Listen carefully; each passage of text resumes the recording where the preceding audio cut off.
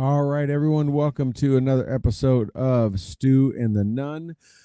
We are here at episode 397. We are counting down to 3 left for 400, and I am so glad and excited to be joined by an old friend of ours, not an old guy, but an old friend of ours, Scott Mann, former retired Lieutenant Colonel, Green Beret, had on the show many times, has done a lot. You may have known him from his play Last Out. Elegy of a Green Beret we've talked about on here and has been all over the country, or you may have heard a little thing about a little group about 4.5 years ago called Task Force Pineapple, and he is kind of the guy unintentionally behind that, I guess is probably a safe way to say that, huh, Scott? Welcome, buddy. Thank you, Stu. Yeah, that's a great way to say it. Unintentionally the founder. Yeah, kind of the story of my life, I think. Unintentional founder. That's what I'm going to start putting on LinkedIn. You don't ever step forward to volunteer. Everyone else steps back, and you look to your left and right and go, "Oh crap!" Shit, I think it's a good way to put it. Yeah. Well, good to have you back on, man. It's been way too long. Yeah, thanks, man. Yeah, it's good to be with you. Yeah, so I know I gave a brief little intro. Did not do it any justice, but you mind just giving a quick intro, high level summary of just kind of your background and career, because obviously we're going to dive into a lot more. So considering we met you before. Yeah, sure. I mean, the bulk of my adult life, I guess, was in Army Special Forces. I was a Green Beret. Grew up in a little town in Arkansas. Met a Green Beret when I was a kid, 14. His name was Mark, and just enamored, honestly, with what Green Berets did. He explained it to me, how they were different than SEALs and Rangers, and how they worked by, with, and through indigenous populations. And just being a runt of a kid, that really resonated with me. There was something about that, being a small team and going to these, far-flung places where there was no trust, and building trust and helping people fight back. It kind of had that little guy against the big guy thing. And I loved that. And it just never went away from me. So I went in the Army and had to wait a few years to try out. But then once I was in, I spent the bulk of my, almost 23 years in the Army, and almost 18 of that as a Green Beret. So a lot of time in Central and South America in the 90s. And then once 9/11 hit, like so many of us, most of my time was either in Afghanistan or getting ready to go back. Multiple tours there. No real experience in Iraq, a short trip over there. But then, and did a lot of work with indigenous communities over there, and retired in 2013. I didn't like where things were headed with the way we were operating there. We abandoned a village program that I'd helped stand up, and a lot of my friends got killed.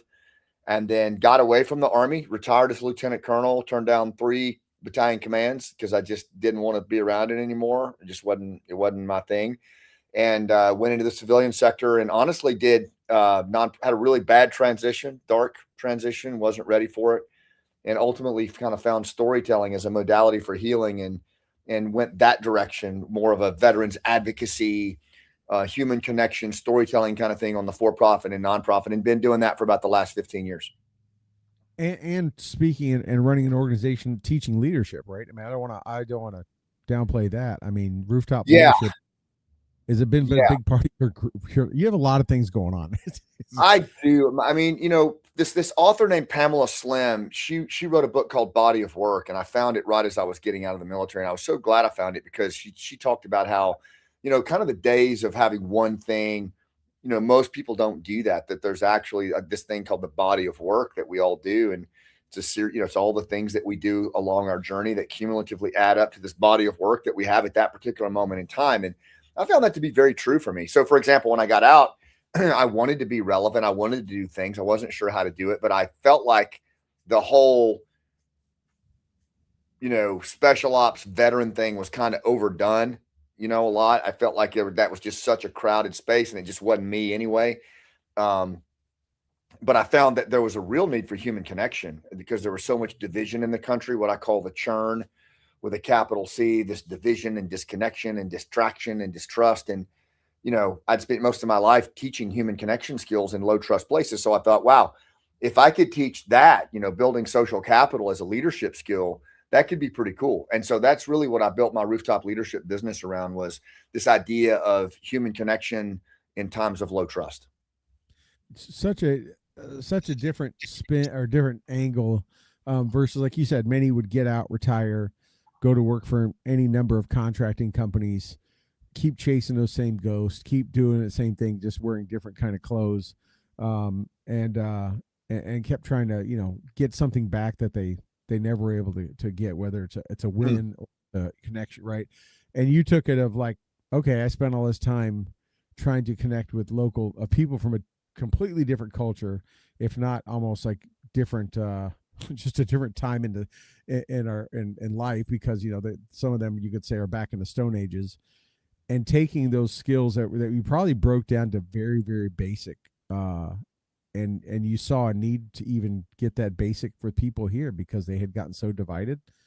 I mean, Yeah. it was like you kind of had to take it back to the rudimentary of like, here's how to connect with two tribal groups together with an American force and try to work together for a common good. Let me take that back to the westernized modern American people and get two tribes of people. They could be an R and a D, whatever it may be. They could be, different races, different everything, and bring them together to just try to connect, make a human connection. Well, well framed. And even one step before that is showing how our own human nature. I'll show you this behind me here, this iceberg that's behind me. I use that to teach, like, if that iceberg is human nature, the tip of the iceberg is the modern world. It's where we all live, work, and play. It's you up in Buffalo. It's me down in Tampa. It's the cash flow reports. It's the Zoom fatigue. It's all those things that we deal with, getting the kids to football practice and binge watching Yellowstone, but it's like, it's 25% of our humanity. If you look at the rest of that iceberg down below, that's our primal human nature. That's where we come from. That's tribes and clans and qualms. And, the tip of that iceberg's been around 250 years. The bottom of that iceberg's been around, 250,000 years. And that's where our real humanity is. And, it starts with kind of teaching people that, hey, we are still just well-dressed Neanderthals. When it comes to how we navigate the world, meaning and emotion and social connection and storytelling and struggle, that's who we are. And if you don't, and we've buried those things so much, they're, again, back to that iceberg, they're below the waterline. They're below the waterline of the iceberg. So they're invisible. And so a lot of what it was doing, Stu, for me, was reacquainting people with these innate realities and frankly, wonderful drivers of influence that we all have, but we've forgotten that we have them. We've become so transactional and so myopically focused on our cell phones and the digital world that we don't have access to any of those things anymore. So for me, it's all about, one, making people aware of the other 80% of the iceberg, and then showing it to them, these old school interpersonal skills, to include storytelling and how we can put them into play. Yeah, yeah. Well, the way you're doing it, you now have your second book coming out here in Yeah. the next in about a month or so, right? the generosity of scars. Yeah. And your tagline on it, right, is how your stories of struggle can change lives, especially your own. And you talk about, the ugliest scar could be your greatest asset. Yeah. This comes on it's we talked about rooftop leadership, and you teach leadership, and you've been doing that for a while. You run a lot of people through that. This is kind of a leadership book, but it also, or is it a self-help book, or is it a combination of a few different genres? Yes. Of Yes, it is. It is all those. Honestly, back to your original question about the leadership thing. I worked with Hachette, and I've put out. It's going to be a trilogy. So the first book was Nobody's Coming to Save You, a Green Beret's Guide to Getting Big Stuff Done. And it was all around this idea of rooftop leadership, of moving people to a proverbial rooftop like we would do in Afghanistan with relationships to do things they otherwise wouldn't do. And most of that was understanding the iceberg, what I call the human operating system, understanding the churn, which is the enemy to connection that we face, and then putting those old school skills into place. So that's book one. Book two, I wanted it to be around the acumen of storytelling, but not just any kind of storytelling where we repurpose our struggles, as I call them, scars, in the service of other people, right?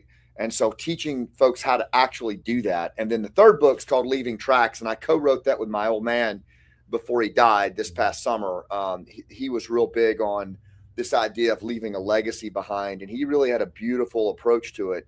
So, the first book's leadership methodology. The second book is storytelling to influence in real time. And the third book. I mean, what an awesome ability to be able to co-write that with him. And I can't imagine what that book's going to mean, but we definitely will talk about that much more in the future. Yeah, thank you. And even this one I wrote, like, really a lot of it was sitting in the ICU with him, and in the final, in reading it to him, and it was special. Like, he was my guy, much like your dad was. And thank you, by the way, for being there when all this was going on. It meant a lot to me. But yeah, I mean, so it is a trilogy. This book I'm really excited about because I think we need it more than ever. The world is so hungry for storytelling, and I hope we get into that some. And that's why I want the book to be super accessible to anybody, to take their scars, take their struggles, look at them differently. Now they're, Joseph Campbell in The Hero with a Thousand Faces, he says, the cave you fear to enter holds the treasure you seek. And in that case, what that means is the struggles that you went through represent the ultimate gift to society in the stories that you tell.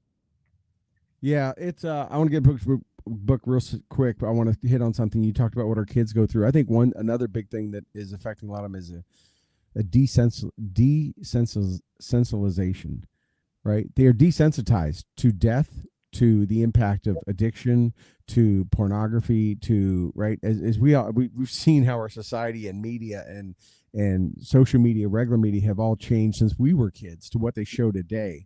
And we see these young kids murdering people and doing things with no thought of consequence, or that there's no reset. You don't get to get back in the game.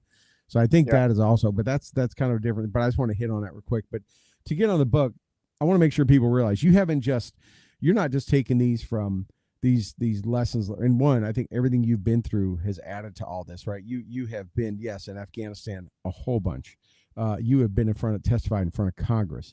You have, done TED Talks. You have, put together first starting off as a one-man play, wrote it, produced, put everything, and then brought in other people and went all over the country. And then you found yourself in a crazy several days organizing a loose hodgepodge group of veterans and volunteers and people to try to bring people out of Afghanistan as Kabul was fought. I mean, you have been developing stories probably since the moment you raised your hand the first time, right? If not before. So I want people to know it's not just Afghanistan. No. I mean, Congress, this, that, everything, TED Talks, rooftop leadership. And I imagine every one of those you take. I know you from Last Out, at the end of every one of the plays, you would like turn up the lights and you had a back and forth with the audience. Yeah. And I know it was very emotional. Have been in a couple of those with you, but I've been there at those, should I say. But I know you had to take something from each one. You had to have gained something for that. Oh man, so much. And that's the beauty about that kind of storytelling is that, it's a reciprocal thing, right? It's a dance that's happening, this energy exchange that happens between us as humans, and we're starving for it. We need it more. And yeah, I mean, to your point, my transition was not good. And storytelling saved my life. It helped me make sense of things that made no sense. And then I fell in love with the craft of storytelling. And at that point, I actually was able to share a story with a friend of mine in New York City during a transition event. And I really feel like it brought him back from the edge. In fact, I know it did. And it opened up my eyes to, wow, like this is something radically different. This is storytelling in the service of others. This is taking what scuffed me up and repurposing it. And if I can do that, then I can be relevant again.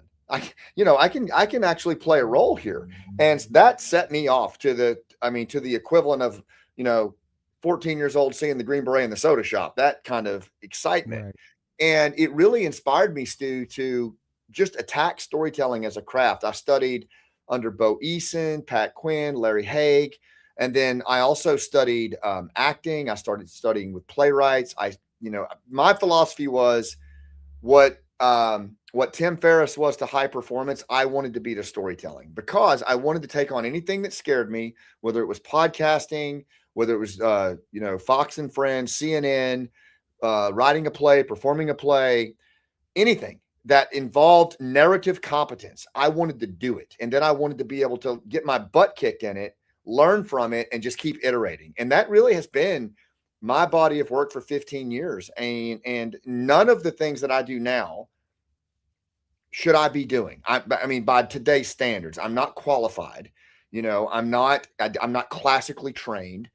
I just got in there and iterated and surrounded myself with people who really knew their stuff. And then I tried to synthesize it into an approach that I can now make super accessible to men and women in the day to day that are really trying to do the right thing, and equip them with this skill set so that they can influence greatly and get big stuff done, man. And that's it. Like that's kind of what I'm going to do the rest of my days.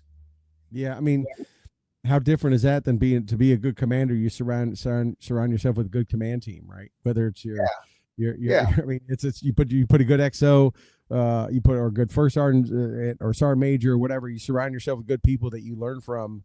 I mean, so to be a leader, I mean, I think you would agree. You have the right team surrounded by you. They just make that job that much easier because They you do. tap into all their knowledge. They Right. do. And then I think also kind of for me, kind of the Green Beret mindset of being a teacher Mm-hmm. and a practitioner, and so building kind of these eclectic circles with people that would never hang out together, but yet, finding a way to bring them together around this thing called storytelling.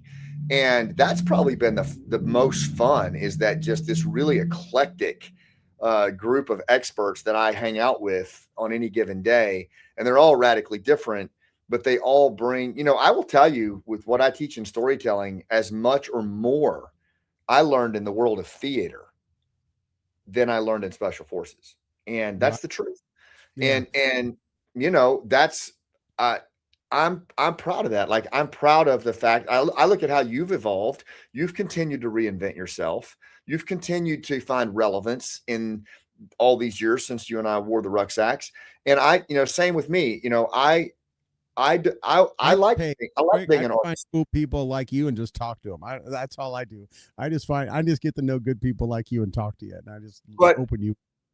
yeah, but that takes a willingness to step out into something that is completely unknown and unstructured, and it's frankly doesn't feel safe a lot of times for veterans, I think, and others to come from the world we came from into something like this. But actually, I've got to where I like being an artist. I like being considered an artist. I never thought I would say that, but I do. I really like this idea of being a creative and sharing that with other people. To me, it is such a refreshing way to navigate the world from Yeah, blowing stuff up and killing people. right. Well, one thing I love about you, Scott, and this is, and I'm probably jaded, but coming from being born at Bragg and growing up in the SF community, and knowing about growing up with the FID mission and that what SF did before they became nonstop door kickers in 01, 02. right, is you brought that back, right? We've talked about that, right? There many that have now retired who came in after 9/11 did not know the SF that what it was built on, that they joined, right, from the 60s.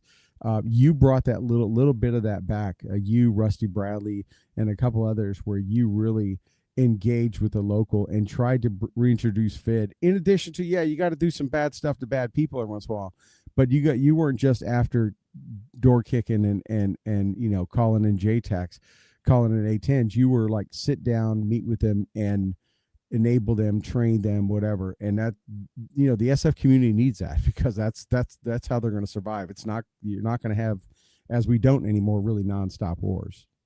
No, thank you. You're right. I serving with guys like Rusty Bradley and a lot of the other by, with, and through people was probably the most humbling thing I ever experienced, particularly the senior non-coms that just embodied this at every turn. And they taught me a lot, and I felt like it was, as an SF officer, my job wasn't, once I left the team, to me, the role of an SF officer is to empower what it is that your teams are doing, and to hold space for them, and to try to create an environment by which they can do what they were doctrinally and strategically designed to do. So I've always been adamant about that mission set and what we were really orchestrated and designed to do, and to not lose our way. But I certainly was in good company. And I mean, to this day, I think even my plays, hopefully, and my theatrical presentations educate people on what a Green Beret is and what we're not. And that's important to me. It's not the central theme, but it certainly is a through line in all of my creative work, is that I want people to know who this small group of men are, and why they do what they do and what they don't do. And I think it's important for the nation that we have, and I don't know, it's important to me that we maintain who it is we're supposed to be, and we don't forget where we came from. Yeah, absolutely. Let me ask you, you talked about opening yourself up, make yourself vulnerable. You've done a number of times on Last Out, and doing that play both by yourself and then with your team. You've performed that around the Fort Bragg area, just as an example, in addition to Tampa. You performed it in very heavy special forces and special operation audiences. How was that to open up, right? Because the bravado, right? You're Green Beret, all that kind of stuff, tough, quiet, professional. How was it to open yourself up in that way? And did those shows were they different than the ones that you performed in other cities all around the country? I mean, that's a really thoughtful question. And this is if you want to talk about storytelling, like what you just did right there, I want to call it out. That's storytelling. When you can ask a question of that depth and have that level of understanding of the person you're talking to, then what it does is it invites a level of storytelling between the two parties that just goes deep. So I just want to thank you for that. It's an awesome question. I look back on the performance at Bragg, and we performed in Steppenwolf in Chicago, which was an amazing thing. Gary Sinise set that up in 2023, and we packed the house and 2 nights in a row. But for me, I wasn't nearly as nervous in Steppenwolf as I was, in the Expo Center in Fayetteville, North Carolina, across from the Crown Coliseum, or whatever that Coliseum is, right there where the Q course graduation happens. There were a lot of Green Berets in that audience, friends of mine, a lot of veterans, a lot of family members, all coming to bear witness to my midlife crisis. And I have to say, I was very, very nervous. It just so happened that, it was probably one of our better performances, and the impact that it had on that whole audience. They stayed, we probably had an hour talk back. They stayed another hour. We had Gold Star family members in the front row that were they were just being loved on by everybody. It was amazing. And a lot of the names we say in the play, their relatives were out there in the audience. It was probably one of the most special things in my life. And I'm not gonna lie, I was super nervous about it. But I didn't worry about the vulnerability thing, because the way I look at it is, look, this is their story. And I'm telling their story up here, and I'm giving them a chance to sit with their family, sit with their neighbors, and let their neighbors and their family see what these amazing humans did. So my job is to be as open as I can and allow them to occupy me as much as I can, because I owe them that. That's kind of how I come at it. I owe them this, just everything the generosity that I can put into this story, so that their people can see just how amazing they are, and what they put into this world. And not just Green Berets. I mean, you saw the play. You forget Danny's a Green Beret in 3 minutes. Like, it has, it's about war fighters and their families. And the last thing I'll say, Stu, on that one, is we can bat it back and forth, is we're going back with the new play on Pineapple Express called 11 Days. We're going back to Fort Bragg and Southern Pines in July. And we may, I don't want to get in front of my headlights, but we may actually be performing it on post, which I am super excited about. Awesome. Nice segue, because I was ready to get into 11 Days next. So you have written another play. This is also performed by you solo. Is that correct? Solo, 24 characters in 100 minutes. And this is about Task Force Pineapple. Yes. Right. This is about, for those that are listening and watching, right, when the fall of Kabul happened in August of 2021. This is about how you got, like I said at the very start, kind of involuntarily positioned as the founder of this to help bring an interpreter out of yours, but then starting to help other people bring interpreters, and other Afghans that have helped us, and probably even some Americans or dual citizens. And it turned into, it consumed your entire life. We've talked about it on the show before. Yeah. You have taken that experience and turned it into a play. What can you say about that? What can you kind of relay to our audience, who remembers that event, of what this play does and the message it conveys? It's just the honor of a lifetime, the most exciting, terrifying thing I've ever done in my life, honestly, other than combat, but it's adapted from the book Pineapple Express. So if you read or heard that book, or if you followed the 11-day withdrawal in any capacity, this is what that's about. It's told from my point of view in the beginning, as the storyteller, and as you said, the guy that reluctantly, inadvertently found himself kind of in the middle of this particular group. There were hundreds of groups doing the same thing. But yeah, it was, and so I'm the storyteller in this one. It's very different than Last Out, in that I play, again, 24 characters in, just over an hour and a half. And it covers the 11-day withdrawal. And I play characters ranging from a double amputee Green Beret and his interpreter that he's trying to get out, to the Minister of Women's Affairs. I play I play my wife. It's a whole range of characters that show up. And the idea, the guiding questions in this is, what does a promise mean to you, and how far would you go to honor it? And so I basically have this conversation with the audience, and I open this up in a way, how far would you go to honor a promise? And I start with the testimony in DC and just a clip of it. And then we get into it. And then so my job as the protagonist and the storyteller in this play is to testify. And I say that in DC, that wasn't a testimony. That was a clown show. Like, that was performative, was not testimony. In my opinion, it was not treated as testimony. When you were in front of Congress, when you went and testified in front of Congress? Yeah, the House Foreign Affairs Committee. It was an honor to do it, but it was not, to me, honorable in the way it was received or handled, by our congressional leaders. I think it was lip service at best, and it resulted in nothing tangible, which is a real disappointment, considering like Tyler Vargas and the caliber of those guys who testified. So in the play, I say, I'm going to testify for real this time.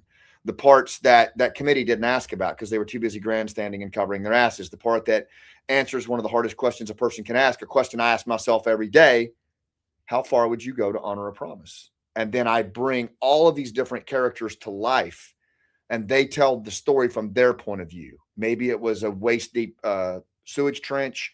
Maybe it was an 82nd Airborne First Sergeant on the other side of the wire pulling that lady out of this sewage trench. Or maybe it's a veteran at home sitting at his kitchen table getting kill videos while his kid eats cereal, but it toggles back and forth, similar to Last Out in that sense. But it's just straight up old school storytelling that takes the audience for the full ride all the way up until that fateful day on August 26th with the Abbey Gate explosion. And it addresses, the last thing I'll say on it, Stu, to tee it up, is it addresses the moral injury. It addresses the injury of the soul that so many of our veterans have experienced over the years, including Vietnam veterans, of a violation of one's moral code, either by yourself or by others that you trusted. And the impact that has on us as warriors, our families, and our allies, and our nation. And we need to understand that when we send our young men and women off to do these things, we damn sure better have their back, and we better honor the promises that we empower them to make. And if you don't, there's a huge cost to it. And that's what this play brings forward. Does this play highlight or attempt to highlight that cost? Because obviously that cost is invisible to this entire country. I would say 99% of them, right? Does this kind of highlight and kind of not throw it in their face, but just bring it to the forefront of, like, do you realize, what this means? Would you say it does that? I gotta imagine it's emotional, dude. I thought my sinuses were starting to work already in here just hearing you talk, because I'm just picturing it, knowing how you storytell, and jumping those characters, and knowing the audience is just a few feet away from you. It is so intimate and raw. It dwarfs Last Out, if you can imagine that. I can't imagine that, because that's a wild ride, especially. Yeah, that was a wild ride for whether you've been there or not. And as I've said to you before, and many others, Last Out is not meant for the veteran. It's meant for the family member, the friend, the coworker, to open their eyes to what it was. It's the veteran just goes, yep, that's it. Yep, they just agree with it, right? That's right. And it's very similar here.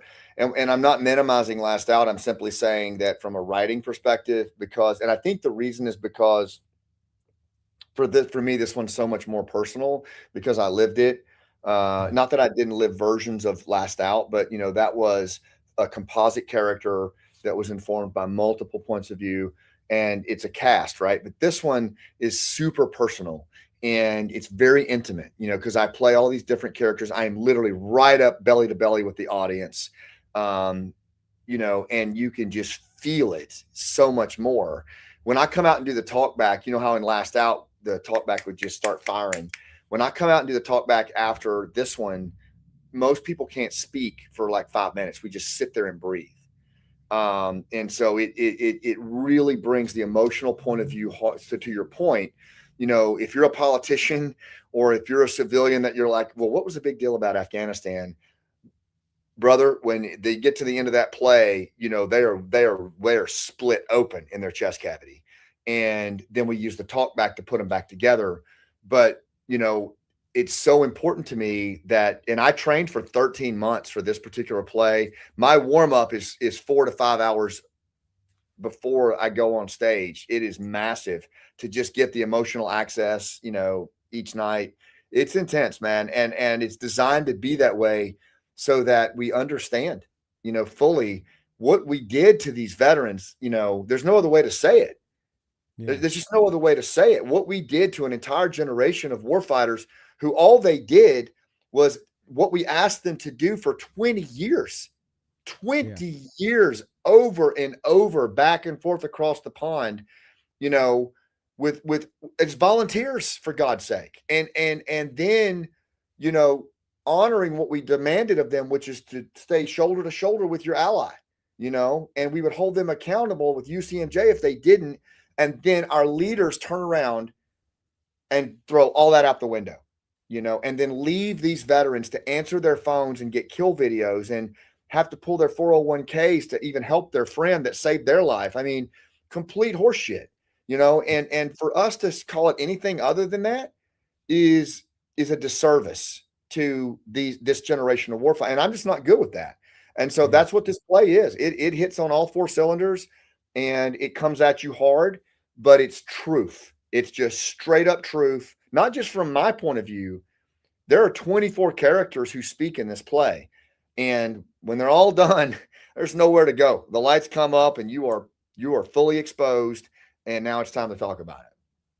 Yeah. I wish we could, I wish I could just see that timeline just filled up with shows nonstop, just keep you on the road, because I would love to see it up here in Western New York. and just so many places. I mean, I'm connected very, very close to some people that are still severely impacted by it. Besides being a vet myself, Yeah. guys I served with, family members, that to this day is still a topic that comes up when we have those very difficult conversations. Yeah. And Well, it is yeah. definitely something that It's that is. Yeah, and it's the 25th anniversary of 9/11 this year, in Yeah. addition to the 250th. It's the 5th anniversary of the Afghanistan withdrawal, and, one of the reasons I'm so adamant about the play right now is because we get, like you said, we got guys and girls that are hurting, and what's great about the play, even though veterans, it validates them, but they feel seen and heard when this play is performed, when they're sitting with their community and they say, yeah, that's what happened. And there's a level of validation and just, physically being seen and heard at a time when we're asking ourselves, did this even matter? Like, do you care? You know, and not that we're a bunch of victims. I mean, but my God, 4, 5, 6, 7, 8 tours. And, and we close it like a Serve Pro commercial, like it never even happened. That's just not cool. It's not a good look.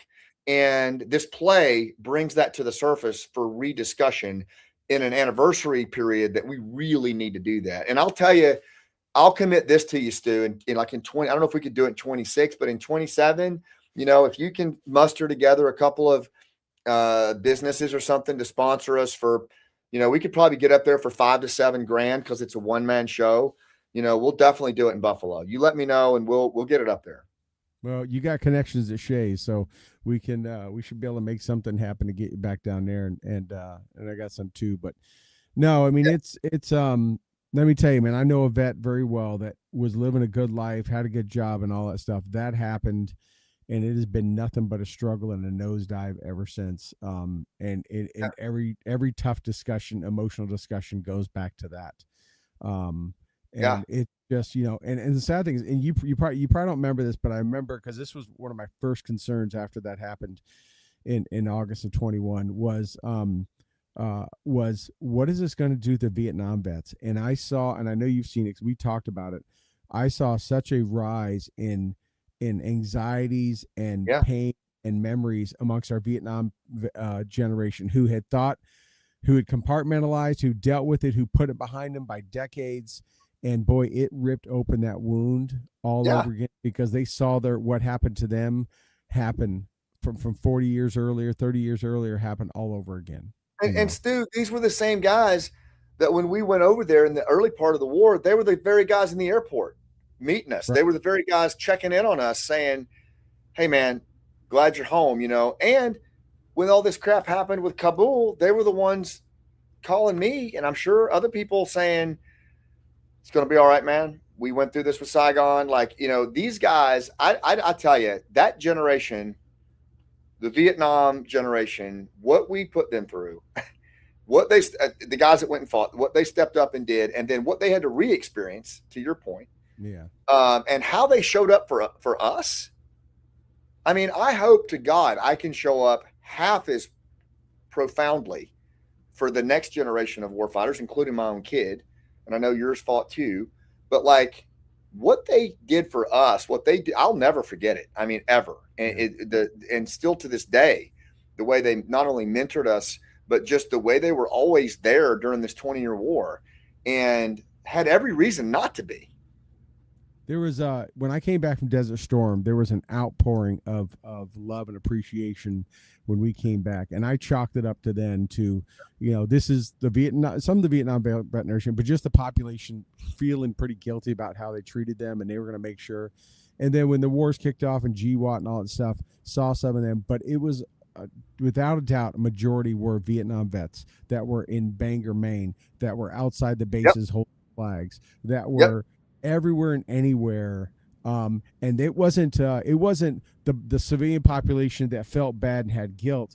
It was the Vietnam vet population that said, well, I don't want that to happen to you, what happened to me. That's what it was. All it was out of us. It was just, I'm not going to let what happened to you, what happened to me, just like we do with our, like, we'll go to war so others don't have to.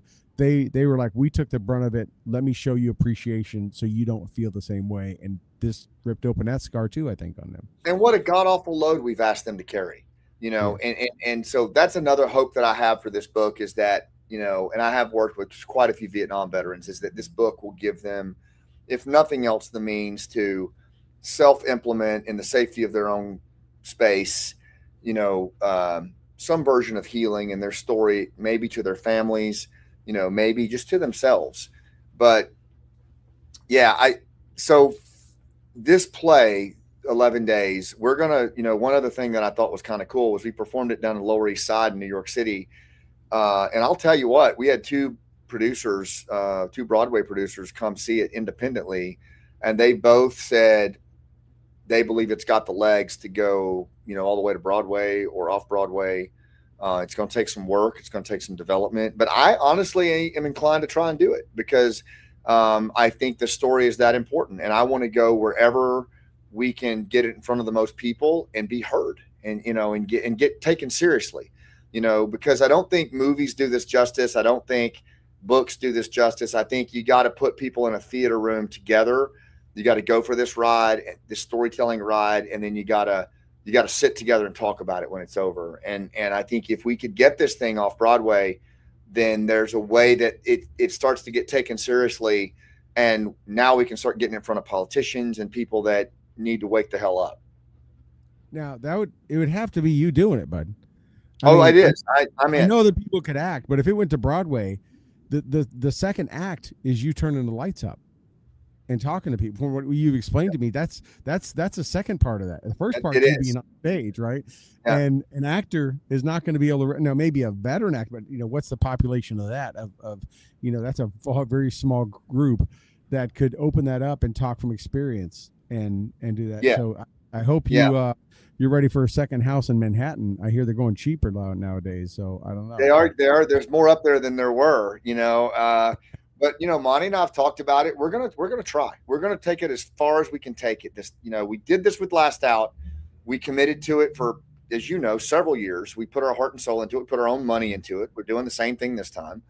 But my hope is that this time around we can raise enough money because we don't make any money on this thing, but it is a socially impactful thing, and so my hope is that we can raise enough money to do festivals and travel the country and go to places we need to go and get better and better and better, so that by 27, maybe 28, this thing's off Broadway and we're getting really loud.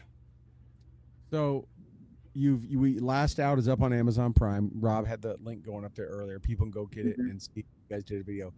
Do you think you would ever film this and have it where people that don't make a play at some point would be able to see it? And then if you did that, do you think you would video the second hack? Would you because unless you have to bring people into that talkback. Yeah, the talkback. Would you be able to do something like that? Yeah, that's a great point. And we absolutely will before this thing ever reaches whatever its run is, by the way, another thing we're excited about with Last Out is we're going to actually license Last Out locally. So now theaters will be able to perform it. You have to be a veteran or a military family member, but local theaters pretty soon will be able to perform Last Out as community theater. I mean, how cool is that? And just a really cheap licensing fee, like just enough to say there's some skin in the game, right? But super accessible. And then ultimately we'll probably do the same thing with this play at some point. But right now, before it hits the end of its run, whatever that is, we will get it captured in real high quality film like we did with Last Out on Amazon Prime. We'll do that with 11 days, and that's a great idea. We'll try to capture the talk back as well. So, and plays like that, you'll notice with Last Out, we did not film it in front of a live audience. I wish we had. It was COVID, so we couldn't. But COVID, yeah. With this one, we will absolutely it'll be a full house when we do it. Just a thought. I mean, if there's a way, if you have been, I don't know, videoing the talkbacks in the already, but if you videoed each one of the talkbacks and then went through and picked the best of the best, that may be something, right? So whenever you do put this on video, if you could say over all these performances, you put together about whatever normal talkback time is, another hour or whatever, but pick some of the most meaningful, impactful questions. It may be something versus just do one, right? Because I know, for example, Last Out, there were, and I don't remember the specifics, but there was a place I remember you went to, and maybe somewhere in Ohio or something like that, or Illinois, where a young guy that was amputee. I'm sure you had a lot, but I remember I just don't remember the exact story, but there was an amputee or someone that like their picture of their loved one was up on the board behind you or something. I don't remember the exact, but you know what I'm probably talking about, where it became a very emotional talkback, a very emotional thing, because there was a connection to someone that a picture was on the board or something like that, which I know meant more to you than some of the. I mean, I just remember us talking about it, but you may very well capture that as you do different talkbacks after this. It'd be great to just video each one and grab what you can think makes an impact. Really great idea. That's a really great idea, like a montage type thing. Yeah, of just the right, because you're going to have a Gold Star family in one of them. You're going to have maybe someone connected to related to one of the 13 that were fallen. You may have, who knows what. It could be anything, but it's I'm so excited. I know you said the one coming up in New Jersey is gonna be a very special one, and I think I need to. It ain't too far. I've went farther for. I'm gonna probably find my way for that one for sure. Because just love hanging out with you anyways. But I got to see this. No, man, I really hope you do. I think it will. It'll hit you hard. It is just super powerful. I tell you what I'm doing right now, just while we're on here together, is as I'm dropping in the chat here, if you want, is this is a short trailer video. Darn, I don't know if it dropped in there or not, but it's a short trailer video from. You know what? I'll send it to you, Stu. But it's Paula Canas, Ryan Canas's mom, one of the 13 who fell at Abbey Gate, was in Tampa at a show, and we captured it. It will put you in the floor, but it'll give you an idea of what this is all about. But as soon as we're done, I don't know if there's a way for you to share it with your audience, but we can put it up our socials once you send it to me. Are you cool with that? You're okay with me putting it up on our socials? Yeah, 100%. Okay. Yeah, I definitely think it'll be really powerful for your folks, man. It just hits really hard. So I'll send it to you. It's like 2 minutes. It's like a 2-minute trailer. Yeah. But it gives you an idea of what it is, and feel free to put it wherever you want. Yeah, absolutely. So Generosity of Scars is coming out. What day is it dropping, and where can people find it at? So May 12th is when it drops. We're asking people, it's nice. That's my son's birthday. That's nice. All right. Right on. But we're asking people to pre-order it now. And here's why. Is like, I'm trying to create a movement of storytelling that gets us back to who we are, gets us back to our better days. And, I would love to hit the bestseller list with this thing. When we did it with Pineapple, no one said we could do it. We didn't do the pay to play thing. It hit New York Times bestseller because people cared. And I'm hoping that we can do that now, and as a very grassroots effort. But in order to do that, people will have to pre-order, and because those count to the first week of sales, and that's really the only shot we have. So I would ask people to go to the Hachette Book Group link. I think I put it in your chat room there. I think it's going across the screen.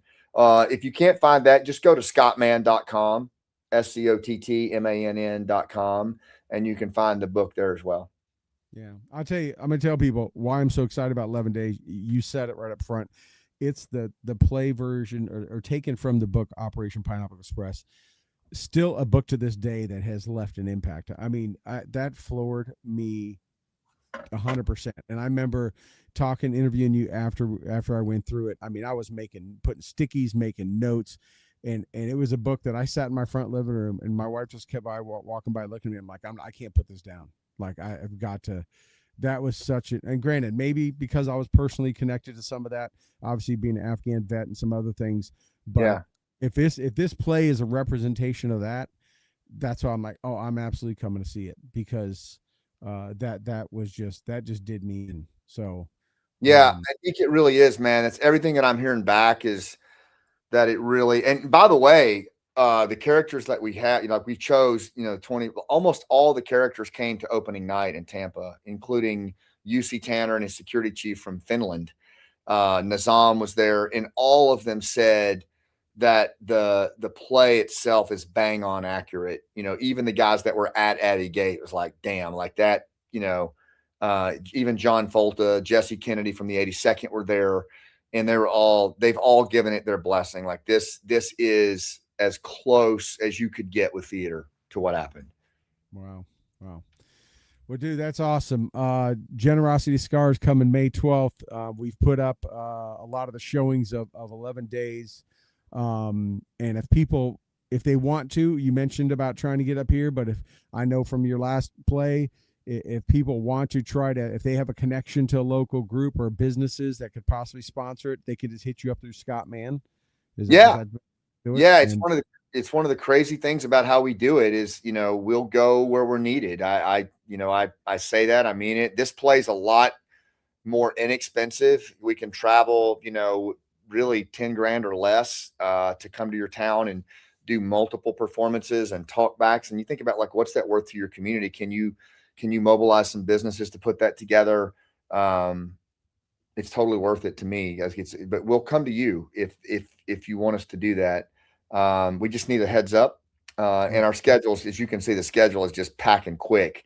I'd say 2027 will be booked by midsummer. So if you want that, they would need to reach out pretty quick. Absolutely. All right. Yeah, we got to get you before you get on Broadway, because they'll never get you once you get on there and doing 4 or 5 nights a week. I'll always come to Buffalo, man. You know that. I know you will. But awesome, man. Well, hey, Scott, great to see you. Is there anything, we talked about a lot of stuff before I let you go? I know I kept you just touch over an hour. Is there anything you want to let our viewers and listeners know? Any other initiative coming up or anything that you think people need to be aware of?